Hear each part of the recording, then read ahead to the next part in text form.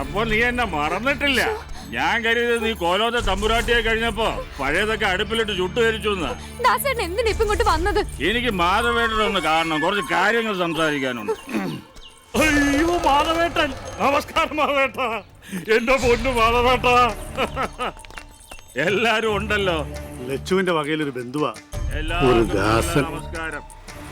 കേട്ടോ മാധവേട്ട, കിടന്നിട്ട് എനിക്ക് ഉറക്കം വരുന്നില്ല, ഭക്ഷണം കഴിക്കാനും പറ്റുന്നില്ല.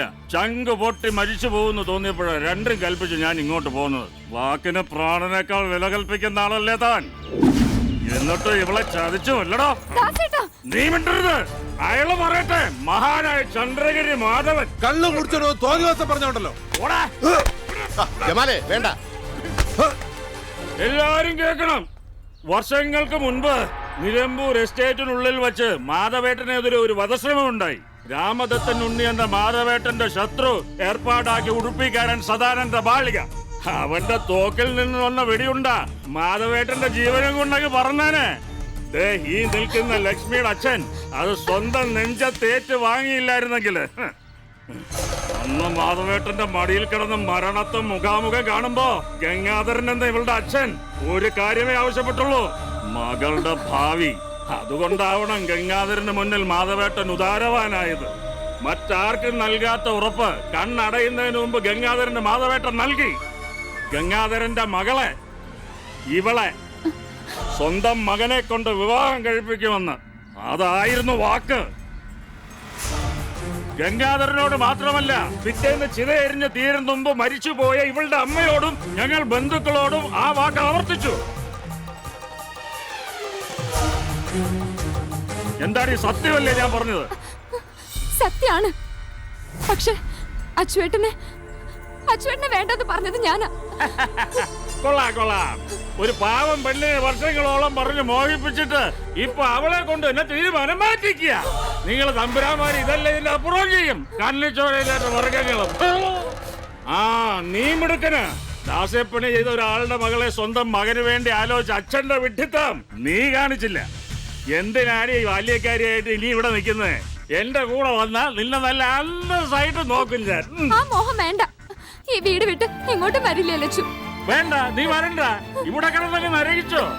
ഒടുക്കം ഭാര്യയുടെ ചൂട് പോരാന്ന് തോന്നുമ്പോ അടിച്ചേളിക്കാരിയുടെ അടിവയറും തേടി വരും. ഈ ചെറിയ തമ്പുരാൻ പക്ഷെ വിടാൻ പോണില്ല ദാസൻ. നീ കണ്ടോ?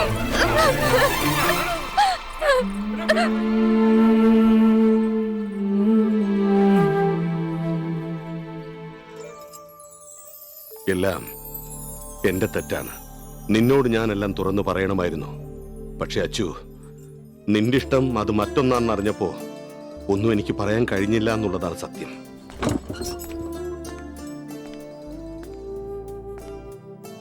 മോളെ നന്ദ, ഈ അച്ഛന്റെ ഭാഗത്തുനിന്നും അരുതാത്ത എന്തെങ്കിലും സംഭവിച്ചു പോയിട്ടുണ്ടെങ്കിൽ നീയും എന്നോട് പൊറുക്കണം. അച്ചു, നമ്മൾ പരിചയപ്പെട്ടിട്ട് അധികം നാളായിട്ടില്ല. എന്നേക്കാൾ മുമ്പേ അച്ചുവിനെ സ്വപ്നം കണ്ടു തുടങ്ങിയതാ ലക്ഷ്മി. അങ്ങനെയുള്ള അവളെ വിഷമിപ്പിക്കാൻ എനിക്ക് വയ്യ.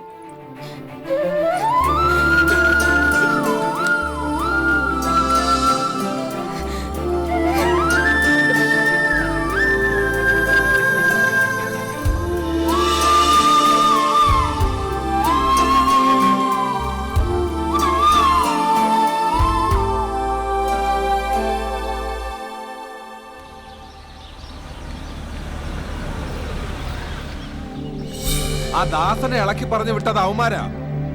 ആ അന്നപൂർണ ഗ്രൂപ്പ്. ഇപ്പോഴും അവൻ അവരുടെ കൂടെ ഉണ്ട്. അവനെ കൊണ്ട് അവരെന്തെങ്കിലും സാഹസം ചെയ്യിക്കുന്നതിന് പൊക്കട്ടെ. വേണ്ട, അതല്ല അതിന്റെ വഴി.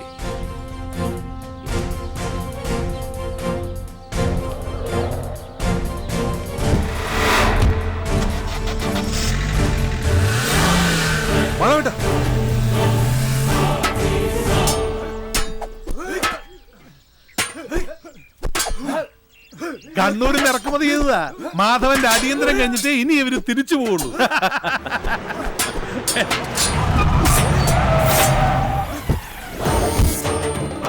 ഒറ്റയ്ക്കാണല്ലോ വരവ്.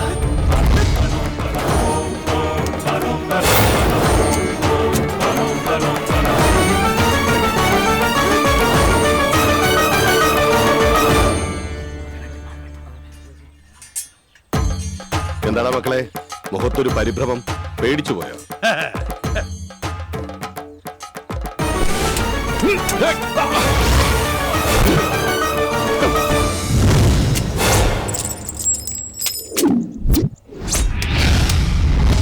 ചങ്കുറപ്പുള്ളവന് ഇതൊരെണ്ണം തന്നെ ധാരാളം. പക്ഷെ അതിനല്ല ഞാൻ വന്നത്. എന്നോടും എന്റെ കുടുംബത്തോടും ഇതുവരെ ചെയ്തത് മുഴുവൻ ദാ ഇവനെ ഇറക്കി ഇപ്പൊ നിങ്ങൾ കാണിച്ച നെറുകേടുകൾ അടക്കം സകലതും മറന്നു പൊറുത്തു എന്ന് പറഞ്ഞറിയിക്കാൻ.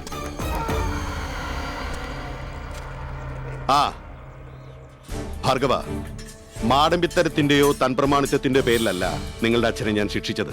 രാമദത്തൻ ഉണ്ണിയെ ഞാനല്ല, അയാൾ എന്നെയാണ് ശത്രുവായി കണ്ടതും നിഗ്രഹിക്കാൻ ഒരുങ്ങിയതും. മംഗലാപുരത്തുകാരൻ വാടക കൊലയാളിയെ മുൻനിർത്തി നിലമ്പൂർ വെച്ച് നടത്തിയ ശ്രമം, ഭാഗ്യം കൊണ്ട് മാത്രം രക്ഷപ്പെട്ട ആ ചതി അന്നു മാത്രമല്ല പിന്നെ ആവർത്തിച്ചു പല തവണ.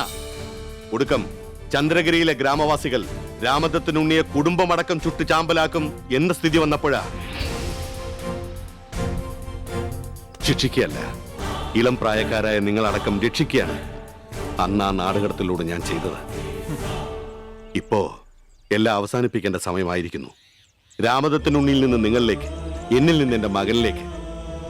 വെറുപ്പിന്റെ ചോരയോട്ടം വരും തലമുറകളിൽ ഉണ്ടാവാൻ പാടില്ല. എല്ലാം ഇവിടെ വെച്ച് ഇപ്പോ ഈ നിമിഷം തീരണം.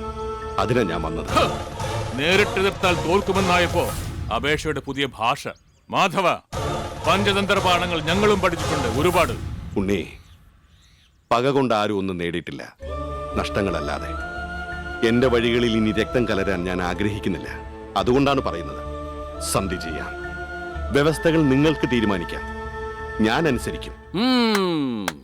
കൊള്ളാം. മകനെ രക്ഷിക്കാൻ സ്നേഹനിധിയായ അച്ഛൻ കണ്ടുപിടിച്ച സൂത്രം കൊള്ളാം. സന്ധി. നിനക്ക് ബുദ്ധിയുണ്ട്, പക്ഷേ ആ വഴിയിലൂടെ നിന്റെ കൈപിടിച്ച് നടക്കാൻ ഞങ്ങൾ ഒരുക്കമല്ല, തയ്യാറല്ല. നീ പറയുന്ന ഒരു യോജിപ്പിനും. ഞങ്ങളുടെ അച്ഛനെ നാട് കടത്തി ഒറ്റയ്ക്ക് നീ നേടിയ സകലതും തിരിച്ചു പിടിക്കാനാ മാധവ ഞങ്ങൾ വന്നത്. ഇത്രയും കാലം നഷ്ടപ്പെട്ടതിനും അനുഭവിച്ചതിനും പകരം നീ ഏറ്റുവാങ്ങിയേ പറ്റൂ. ശിക്ഷിച്ചിരിക്കും നിന്നെയും നിന്റെ മകനെയും ഞങ്ങൾ. എന്നിട്ട് ചന്ദ്രഗിരി കോവിലകം ഇടിച്ച് നിരത്തും.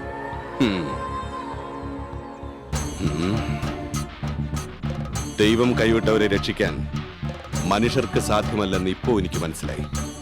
നിങ്ങൾക്ക് വേണ്ടേ വേണ്ട, തല്ലി തന്നെ തീർക്കാം. സമയവും സ്ഥലവും കുറിച്ച് ഒരാളെ പറഞ്ഞു വിട്ടാൽ മതി, മാധവൻ തയ്യാർ. പക്ഷെ അവസാന അംഗത്തിന് വരുമ്പോ ഓർമ്മയിൽ ഉണ്ടാവണം സർവനാശത്തിന്റെ കഥകൾ. അവസാനിപ്പിക്കുമല്ല. മാധവ, നീയല്ല മരണത്തിന്റെ സൂക്ഷിപ്പുകാരൻ. വീഴുന്നത് ആരാണെന്ന് നമുക്ക് കാണാം. ക്ഷത്രിയന് യുദ്ധം ധർമ്മമാണ്, അതുകൊണ്ട് പേടിയില്ല.